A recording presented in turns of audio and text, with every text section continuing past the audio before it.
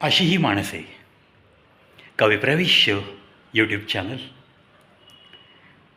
आपल्या सर्वांचे लाडके गायक मराठी आणि हिंदी गाणी भरपूर गाणी गायलेले एक गायक सुरेश वाडकरजी यांच्या बाबतीत मला एक छानशी माहिती समजली आणि म्हणून ती तुमच्या हृदयापर्यंत. रायगड तुमचं आमचं सर्वांचंच जिव्हाळ्याचं स्थान. छत्रपती शिवाजी महाराज की जय. या रायगडावर पायी हा रायगड चढण्याची ही जी सवय लावून घेतली सुरेश वाडकरांनी ती मोठी अप्रूप आहे. आणि खोलात गेल्यावर समजतं की 1000 वेळा रायगड चढून जाण्याची त्यांनी प्रतिज्ञा केली आहे. आणि मित्रांनो, आश्चर्य वाटेल, त्यांच्या वयाचा विचार केला तर आत्तापर्यंत त्यांनी 900 वेळा रायगड चढलेला आहे. म्हणजे नक्कीच ही प्रतिज्ञा साकार होणार आहे. छत्रपती शिवाजी महाराजांचे या महाराष्ट्रात असे न जाणो किती मावळे आहेत. किती ही धगधगती प्रेमाची ज्वाला मनामध्ये असते आणि ती त्या माणसाला काय काय करण्यास उद्युक्त करते. सुरेश वाडकरजींना एक छोटा कलाकार म्हणून मी तर फक्त मनोमन नमन तर करतोच.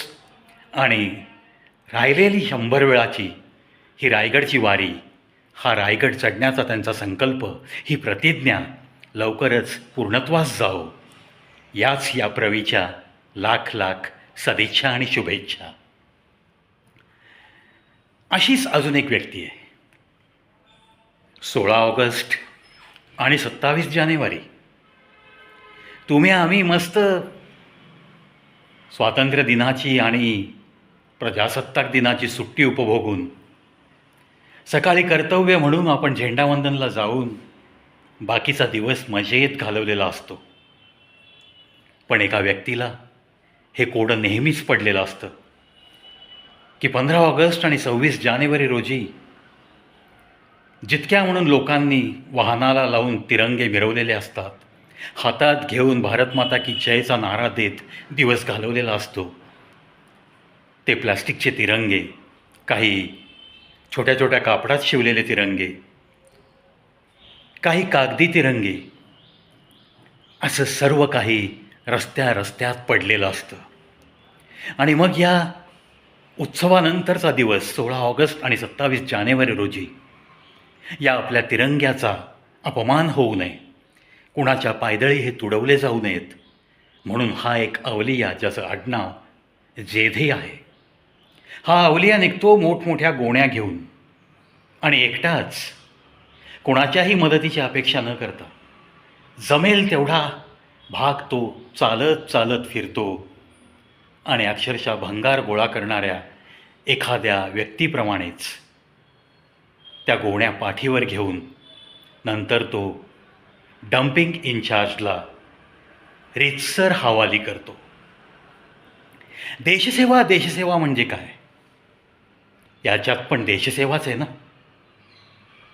जेधे, तुझी आणि माझी जेव्हा भेट होईल ना, तेव्हा मी तुला साष्टांग दंडवत नक्कीच घालेन आणि तुझ्या आदर्शावर आम्हीसुद्धा चालण्याचा प्रयत्न करू, इतकंच मी तुला आत्ता सांगू शकतो.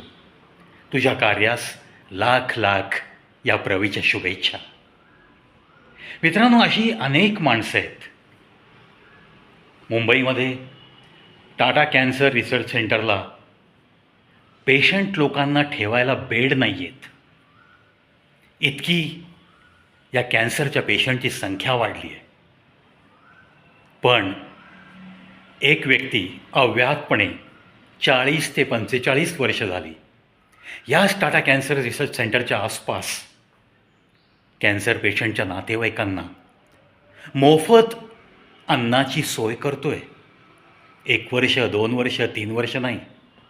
आणि मग किती नातेवाईक येतील तो आकडाही न सांगता जोड. किती म्हणून सेवाव्रती असावं माणसाने. देव आहे नाही या गोष्टीवर चर्चा करण्यापेक्षा ही देवत्व घेऊन जन्मलेली जी माणसं आहेत ना, तिथं नतमस्तक व्हायला शिकलं तरी खूप झालं. असाच रेल्वेच्या प्रवासात भेटलेला एक अवलिया. जात धर्म नावावरून सिंधी वाटला. थोडंसं बोलतं केल्यावर त्याच्याकडनं कळलं की भले आम्ही नोकऱ्यांमध्ये दिसत नसू, काही ना काही व्यापारात आम्ही गुंतवून घेतो, काही ना काही आमच्या पोराबाळांसाठी कमवत राहतो, पण आयुष्यात पाणी कधी विकलं नाही. आणि त्या झुलेलालची सेवा म्हणून मी कमीत कमी उन्हाळ्याच्या दिवसात मुद्दाम 2-2 गार पाण्याची कॅन घेऊन या ट्रेनमध्ये चढतो आणि जलसेवा जलसेवा असे ओरडत तो मोफत पाणी वाटतो. मित्रांनो, आज पाण्याची बाटली 20 रुपयाशिवाय मिळत नाही प्रवासात. केवढी मोठी सेवा आहे ही. अहो, यातच देवत्व आहे. या सर्व देवत्व घेऊन, काहीतरी संकल्प घेऊन जगणाऱ्या माणसांना या प्रवीचा लवून मुजरा, लवून मुजरा, लवून मुजरा.